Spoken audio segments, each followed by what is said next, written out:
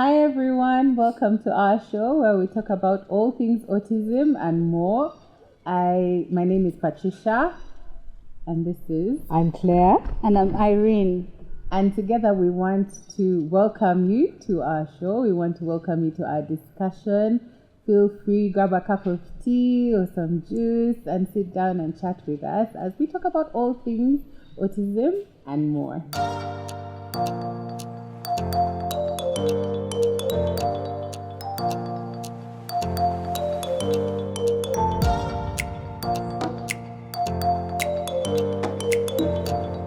So you might be wondering, why such a show? Why talk about autism? And is there really enough to talk about? Yes, there is. And some things you might not even have ever thought about. So the three of us, Patricia, Irene, and myself, have been in this space quite a while. And we thought there are many people out there who have questions in their mind, but are afraid to speak out or don't even know where to go. So we thought, why don't we create a space where we talk about all things autism and more, meaning other special needs as we go forth, so that people can come and listen and perhaps confirm a thought they had or even know what to do or where to go. So welcome. We hope you will enjoy the show and learn with us as we go along. So ladies, we want to help somebody out there understand what autism is. From what you know, how can we define it for them? What is autism? Because I know that a lot of people get scared if you say the word autism. Immediately it creates alarm bells, ding, ding, ding, panic, hide. Simply, how can we help somebody out there frame it in their mind? It's not a mental disability. It is not madness, as they say, bahasiru. It's not any of that. How can we, in simple terms, who would want to help us define what it is? Maybe Irene? Well, so I'll speak about autism really from a parent's perspective, just to simplify. I'll not go into the scientific bits of it, but I'll just speak as a parent. I have a son who is now 17 years, who was diagnosed with autism at the age of 2. So how did we learn about that condition? We noticed that he was different from others. Like when it came to playtime, he would prefer to play on his own. You'd call on his name, he would not respond. And then he also had quite a bit of repetitive behavior. Like he would move around in circles and get onto certain objects and bite onto them. And he also didn't like being in noisy places. He would always shut his ears or prefer to be in a more quiet place. So it's from that we learned that he had something that was different from the other children that we were seeing around. So we got to learn that he had autism, and the definition or the explanation given to us by the doctor then was it is a social disability. And by social disability, I could identify because I could see he does not play with his friends. He does not respond to his name. He prefers to do things on his own. He liked sameness of food and certain things. So in a very simplified way, that is how I would describe autism. So a disability, a social disability, Yes. a failure to socialize. Yes. That's a nice way for somebody out there who can relate to what Irene has said. It's a good starting place. But I also want to, maybe Patricia, I will also come in and say, but we'll understand why we're going at it this way. Yeah. Okay, so for me, autism is, I don't know what you call it, a condition. I feel like it's a term that we use to help us understand a certain kind of behavior. That's what I have convinced myself it is. I don't want to look at it as a label. I don't want to look at it as a disability. And I'm not coming from a place of I'm so sensitive and hurt in case you say it's a disability or a label or anything. I'm just saying that for us in our household, it is just something that we use to help us understand my son. So I have a son he'll be 10 this year. Double digits. He'll be 10 this year. And he was also diagnosed just shy of 2, 1 and I think 8 months.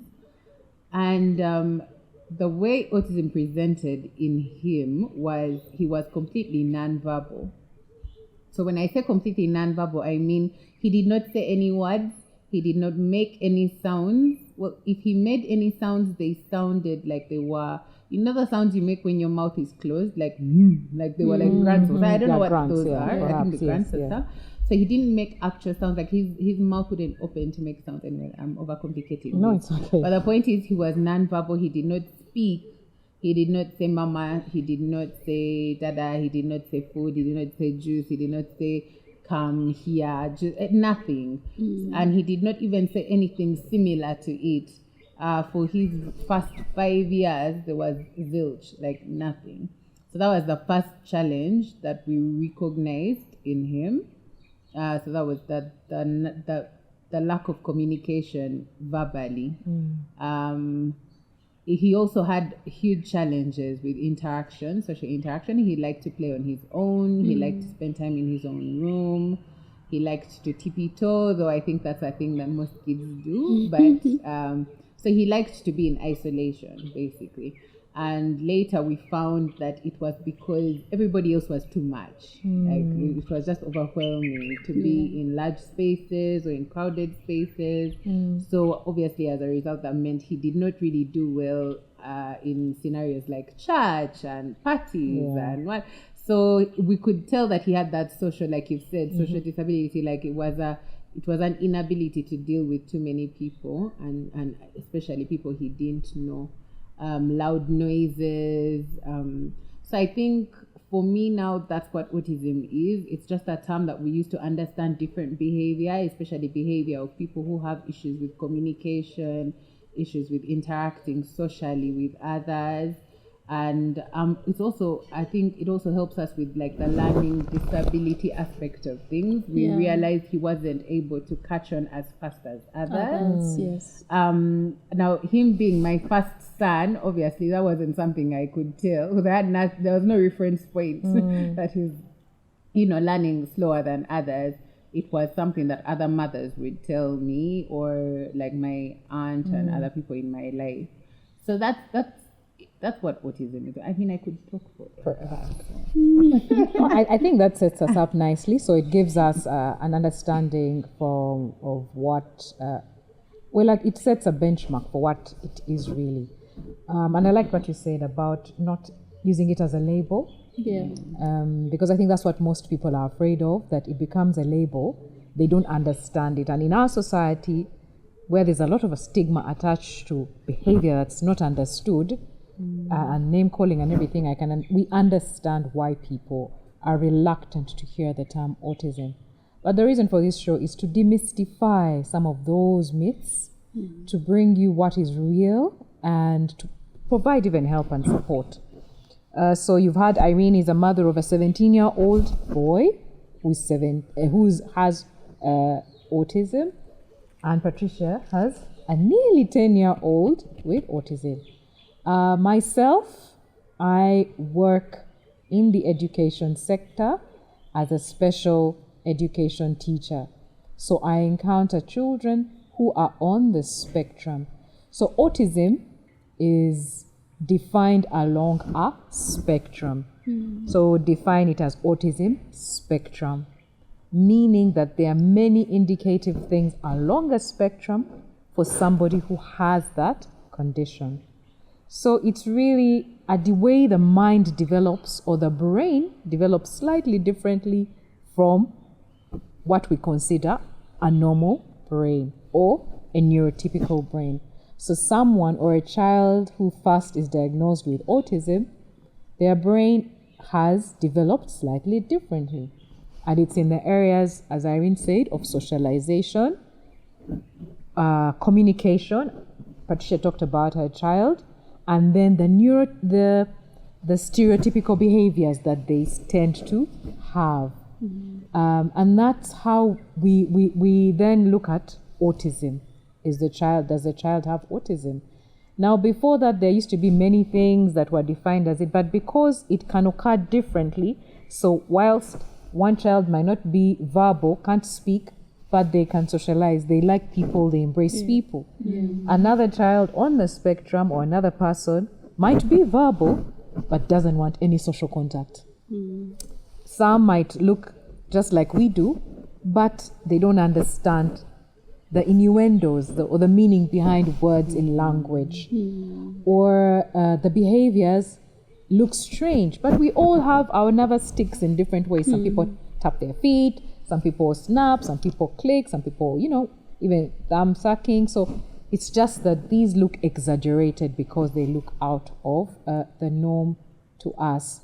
So technically, autism is that. It's in three main areas that we notice the challenges. So I would also not want to use labels like a disability or it's a disorder. No, it is like saying I'm light-skinned or dark-skinned. Somebody who has autism, that's who they are. It is not something that's... it's more of a condition. It's more of a condition, yeah? Somebody was born, maybe you can't see well, or you're short or you're tall. Even this is a condition that comes along. The reason I got into education space is because it can be, you can learn to live with it. And it's not going to be cured, but you can learn to live with it.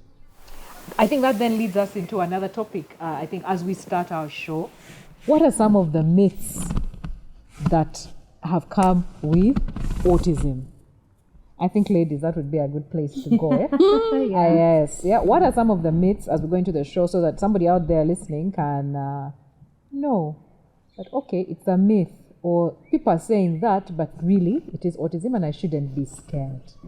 Yeah. Are there some myths that come with that? I know some parents I've spoken to, when you say the child might be on the spectrum, because that's the correct language, the child is on the spectrum. They say, no, don't say that. You're saying my child is retarded. That's one myth that I've heard a lot. And I think this is because back in the day when people were different than us, they were completely put in institutions, institutionalized. Nothing was done to help them. But we know better now that there are techniques and things that can be done to help these children or people on the spectrum to adjust to living like the rest. What other myths are there? I'll just give a translation for the derogatory term that is retarded. What is that translation? You said it earlier. Bakasiru. Yes. That is the biggest myth. And there's no parent out there who wants that label on their child. There's also what they term the kanyata, the heavy tongue. Okay. Where they say your child is unable to speak because they were born with a heavy tongue. Tongue tie. I think kanyata is literally the description of tongue tie. Yes. Literally, I'm just saying a tongue tie, which can be solved. Okay. Some doctors say can be solved from like a surgical procedure where they literally cut the tie, should I call it? And that, if that's the case, then that's literally the solution. So after that, you're supposed to have like some miraculous transition. Speech. The child will speak. But from what I did, from the research I did on tongue tie, it doesn't stop a child from speaking. They're just not able to articulate certain words because of the heaviness of the tongue. So it doesn't completely impede speech. Okay. So you should have had some, some signs and some effort towards speaking of your child, but then they're like not able to say everything. And that's where the tongue tie comes in. And I don't even know if that surgery really does anything. To be honest.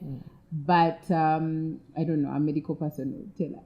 But I don't think that has anything to do with with anything, to be quite honest. Yes, So but even that being used as a myth, that's one thing I don't understand why we still use it's as a used myth. a lot. I am not the only parent who has been told that. Yes. Many have been Went told the through same. procedure. Oh, he did? He went through the procedure.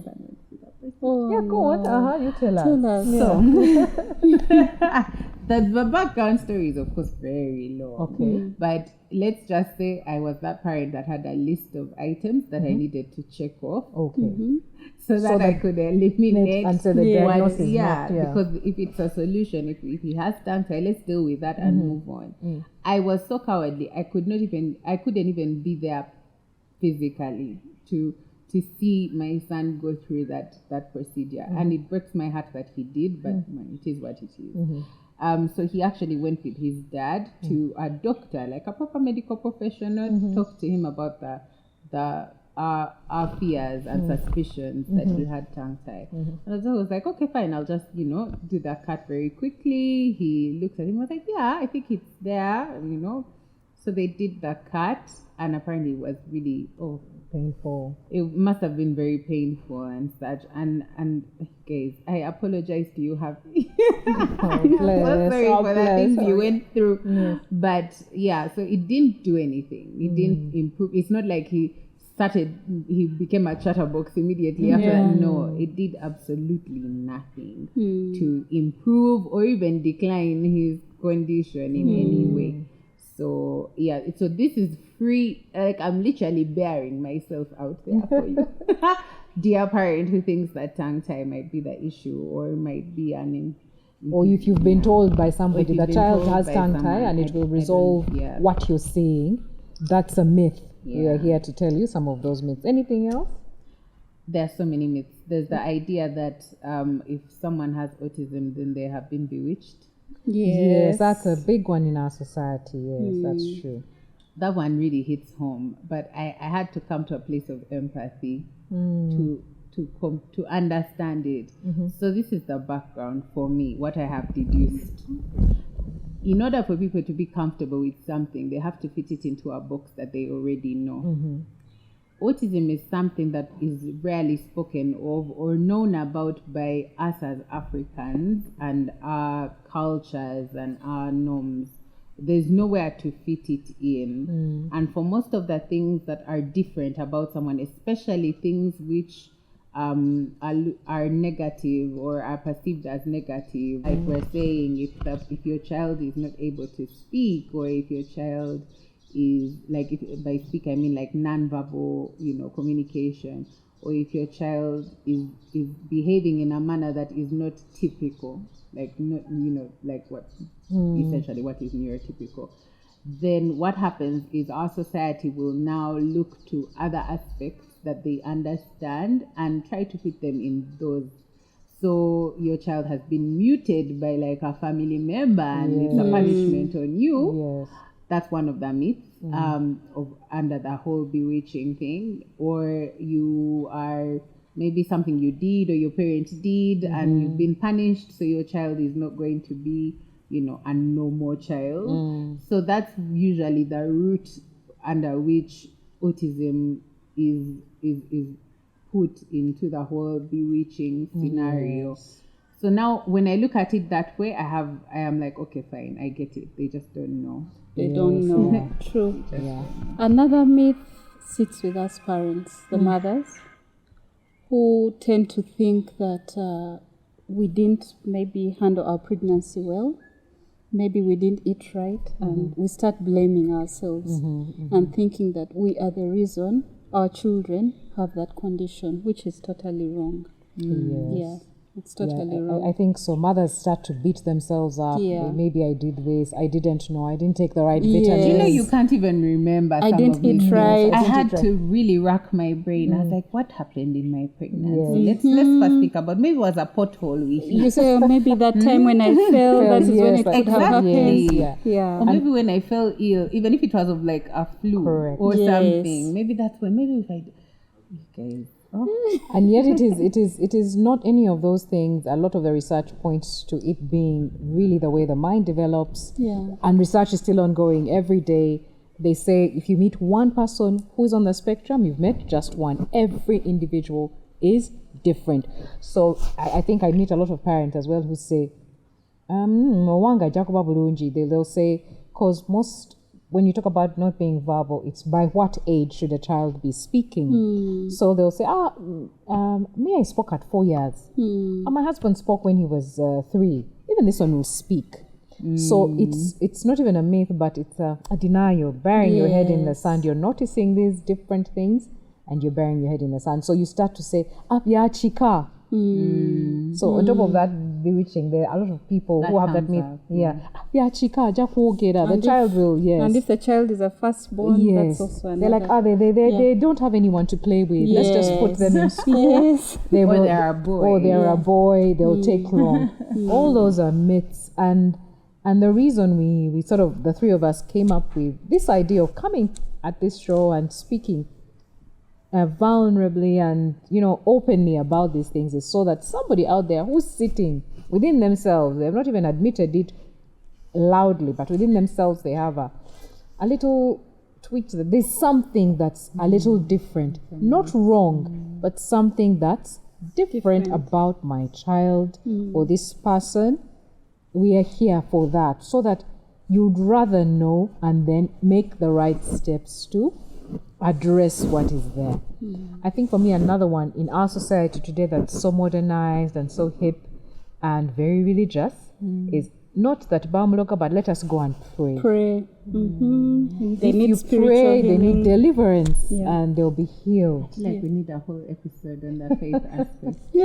Yes, so that you have to have enough faith if you pray and fast. And I know of parents who were told to go for, I shouldn't say that, but for that fasting that takes the 77, to go and take the child and leave the child there. I'm one of those parents. You're one of those parents. Take my son for that. Yes, and the child will be completely healed. Well, I believe in God, and God heals, but we also have to be pragmatic. There's a process.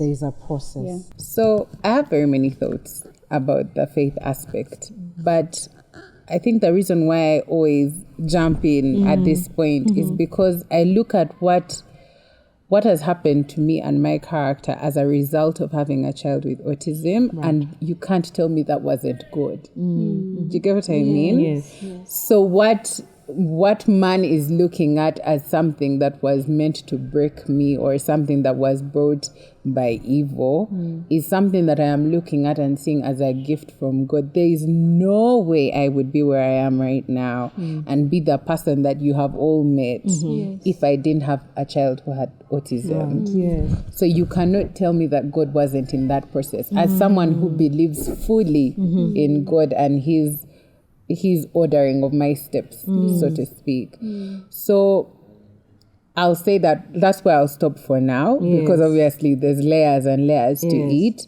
But I feel like sometimes as believers, as people who believe in God or people who believe in a higher power, what have you, we tend to give too much credit to the evil side and the bad side, and like everything that's seemingly bad or negative is supposed to break you, or it's something that we should break away. And don't get me wrong, there are things that we need to pray about and have exorcised and things and stuff like that. But there are also things that God brings into our lives for us to look at things differently.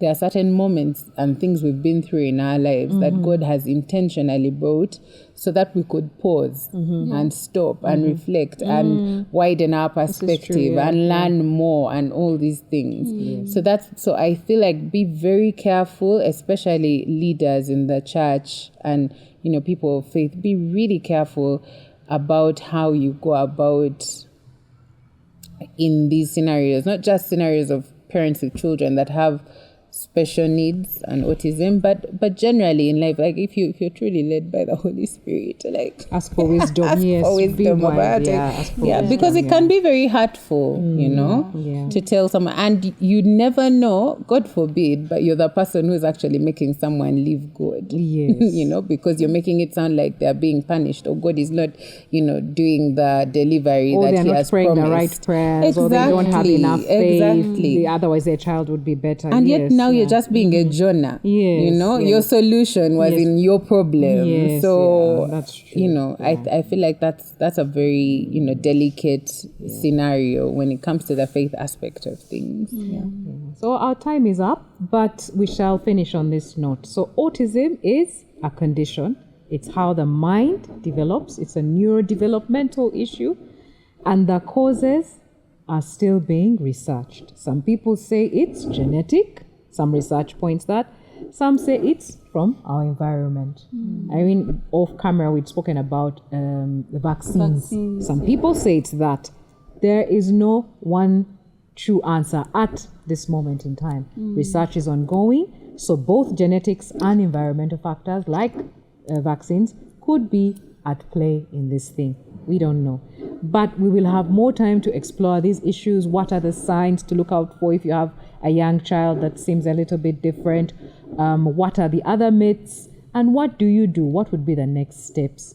So join us again as we delve further into all things autism and more.